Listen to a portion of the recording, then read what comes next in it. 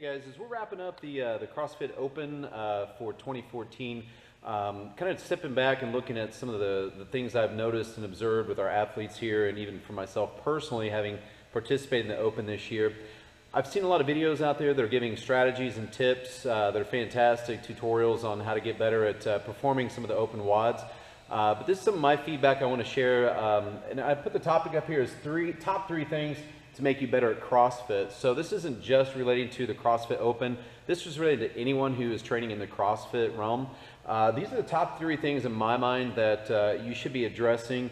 These are the things that are going to get you the most bang for your buck. We come in here, we train, the programming is done for us, we put in a hard effort. So there really isn't, in many respects, things that some of us can do more in the sense of improving other than continue to practice and get better from the results of the training that we're doing. So for some folks, it may be a matter of you need to get in here more than just that once or twice a week. You need to be consistent. That's an obvious, a given.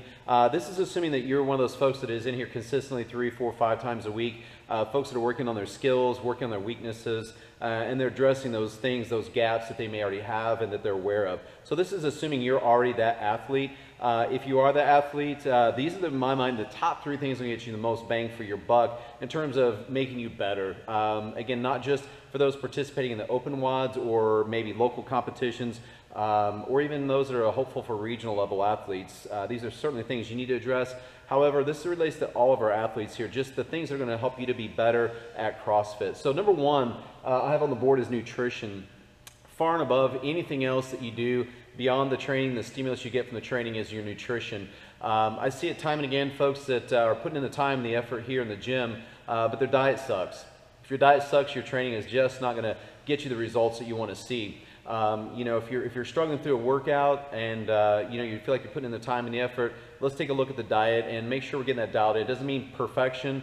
It just means what is going to be the optimal for you and get you the most bang for your buck, and how much are you willing to commit to that. If you want optimal top level results, you're going to have to be pretty squared away. Some people, like everyone knows Rich Froning and the story behind his diet, that's kind of an exception. As a lot of folks say, he's the champion in spite of his nutrition, not because of his nutrition. For those of us, your average person, we have to take it a little more serious. If we want to get the most out of our training, we want to be at the top of our game, whatever that is for you. If it's just to be a healthier person, have more vitality, and get the most bang for your buck from your training, you're going to have to dial things in. So for us here at the gym, we support a paleo base for your nutrition. We're a partner with the Whole Nine Life. If you haven't picked up the nutrition packet on the Whole Nine, get with us, get your packet, ask questions, talk to your coaches, and get informed, and then start to embrace better nutrition. Again, you don't have to be perfect. If you want to get really good results, you need to be doing the right thing 90% of the time at least.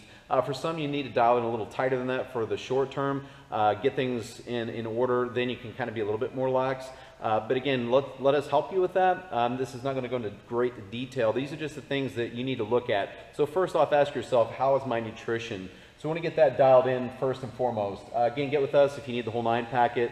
Ask your coaches. Let's get informed. We're also partnering up with Artie's Paleo on the Go here at our gym, so you can have those meals delivered for you. That'll help fill in some of those gaps. So if you're training, you're just not getting as lean as you would like to be, if you're just not seeing gains in your strength, if you're not seeing the gains in your improved performance in your Metcons, this is number one. We got to look at the diet. That is probably, for a lot of folks, 80% or more of your results is going to be from your diet. Next up, mobility. It's a love-hate, right? Some folks, you're embracing it, you're doing your work on the mobility with the lacrosse balls, you're coming to our mobility class on Thursday nights, you're working on your own, but for a lot of folks, this is an area that we know we should be doing better, but it's probably one of the more neglected areas of our training. Mobility is going to benefit you in terms of recovery, so you come into a hard workout, it's going to help in that realm. Second is also, if you're in better mobility, you're just going to have better positions on your movement patterns, you're going to have better positions on your heavy lifts, you'll be able to catch a snatch in a better position. For example, even in 14.5, which is wrapping up this week, if your mobility is poor, it's going to be tough to get in that front rack position. It's going to be tough to get in a good front squat position for thrusters. That means you're going to be expending more energy than someone who's much more efficient. So this is something that if you can commit 20 minutes a day, 10 minutes a day, several days a week, you're going to see big gains and big improvements in your performance, both again in strength and in your Metcons. So this is an area Again, if you know you have some areas that are a struggle for you, if you haven't asked a coach, you need to ask a coach. That's what we're here for. It's kind of one of an area of specialty for myself with my background with physiology, with yoga, with mobility, and so forth.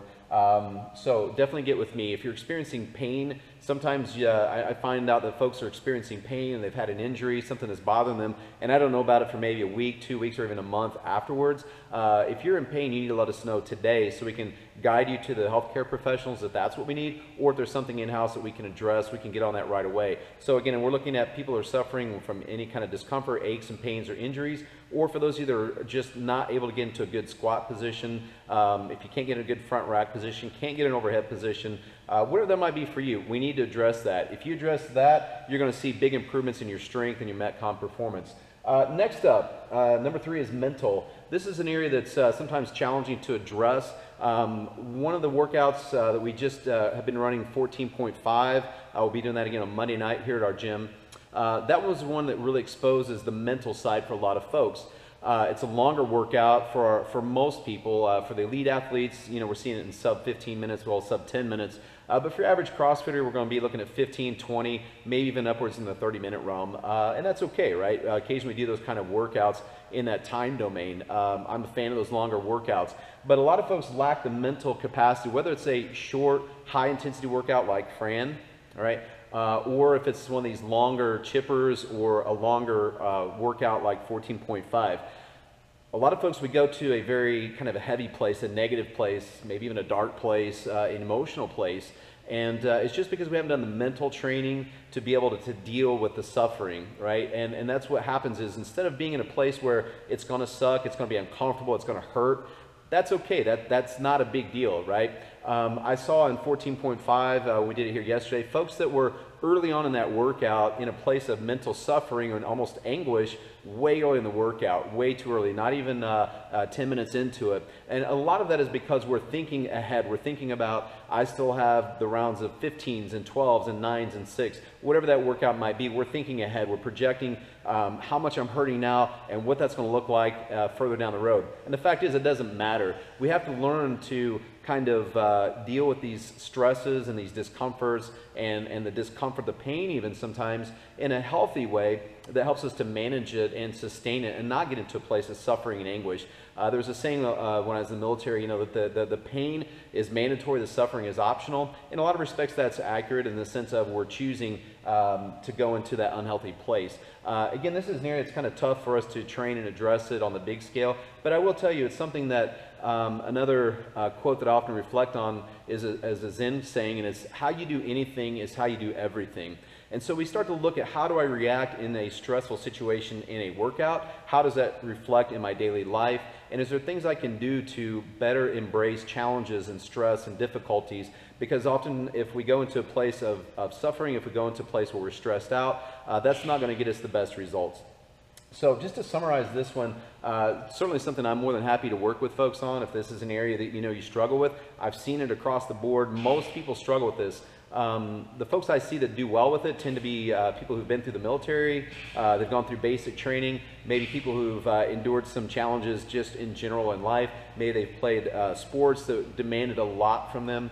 For other folks, I know myself, military background, but also with endurance sports, we tend to learn how to manage suffering, manage discomfort, manage pain, if you will. So there's different ways we can approach it. Also a fan of mental training techniques and meditation and so forth. So we can definitely help you with that. But it's just for now to ask yourself, how do I react in these situations? Am I reacting to the discomfort and going to a negative place? Because if you can just stay present, as I'm telling folks in 14.5, when you're in your round of 18, when it starts to suck a little bit, don't think about what you have left. All you think about is what you're doing now. If I'm on my rep 7 of my thrusters on my set of 15, that's what I focus on. I focus on the rep I'm on, I focus on the breath that I'm on, and I don't worry about what's ahead. I just do the work that's in front of me, and the rest will take care of itself. And trust me, if you can do that on whether it's 14.5 or any of these workouts that we do here, in general, you're going to see that your performance, your results will improve. Your Metcon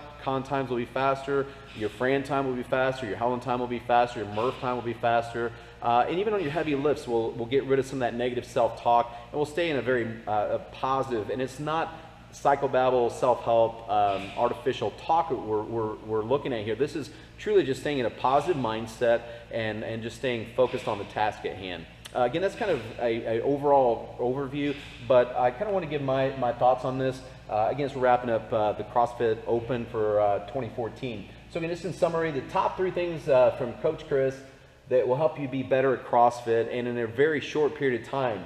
Nutrition, top of the list. Number 2, mobility. And number 3, the mental training. By all means, if you have questions on these, get with your coach. If it's something more specialized that I need to address, let me know. If you're not one of our athletes here, shoot us an email, send us a message, get in touch with us, and we're happy to help out any way we can. Good luck.